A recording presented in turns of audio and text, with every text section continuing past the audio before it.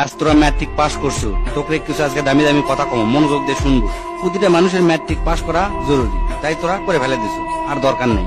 General লাইনে BA M A pass করে জীবনেও কিচ্ছু করবে পারবো না।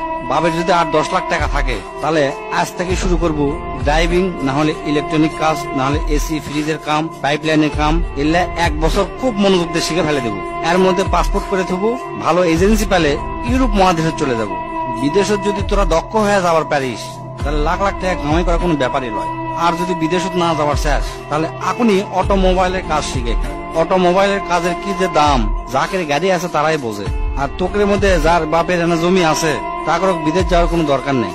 বাপের কাছ থেকে কষ্ট মষ্ট করে 2 লাখ টাকা কালেকশন করে গরুর খামার দে, দেখবো তোর বন্ধুরা ইন্টারমিডিয়েট পাস করতে করতে তোর 20টা গরু হয়ে গেছে। আর যার 20টা গরু এক খামার থাকে তার মাসে লাখ টাকা ইনকাম করা কোনো ব্যাপারই নয়। তাও যদি না পারিস কষ্ট মষ্ট করে রাশিয়ান হোক, চাইনা ভাষা হোক, জার্মানি হোক বা ইংরেজি, কোরিয়ান ভাষা এলে সবে না শিখার চেষ্টা করবো। এই কয়টা ভাষা যদি শিখবার পারিস, দেশত আর বিদেশত সব দেশতে তোর দাম আছে। দো ভাষী হিসাবেও যদি চাকরি করিস মেলা টাকা বেতন পাবো। আর যদি তোরা ভালো ছাত্র হয়ে থাকিস, যদি নিয়ত করিস আমি ডাক্তার কিংবা ইঞ্জিনিয়ার হমো, তাহলে কালকাই তোরা ভালো দেখে 3000 টাকা দিয়ে একটা পড়ার টেবিল কিনবো। কেনার পরে হাতের যে মোবাইলটা আছে মোবাইলটা পায়খানা ফেলে দিয়ে আসবো। আসার পরে কোমরত গামছা বাঁধে পড়ালেখা শুরু করবো। হয় ইঞ্জিনিয়ার নাহলে ডাক্তার, যে কোনো একটা হবো।